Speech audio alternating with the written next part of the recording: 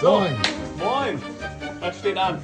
Ja, erstmal musst du aus den Klamotten raus, weil Was so denn? kannst du ja nicht mit auf die Baustelle. Ach so. Ja, was hast du denn vorgestellt? What do you mean?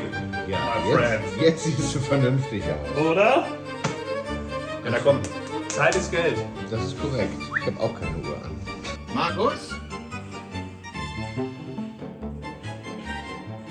Markus? Markus? Markus?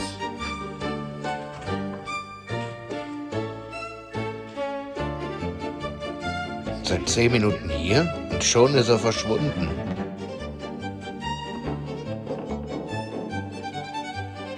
Markus? Markus? Kann nicht sein, wo ist der Kerl? Ich war nicht fertig.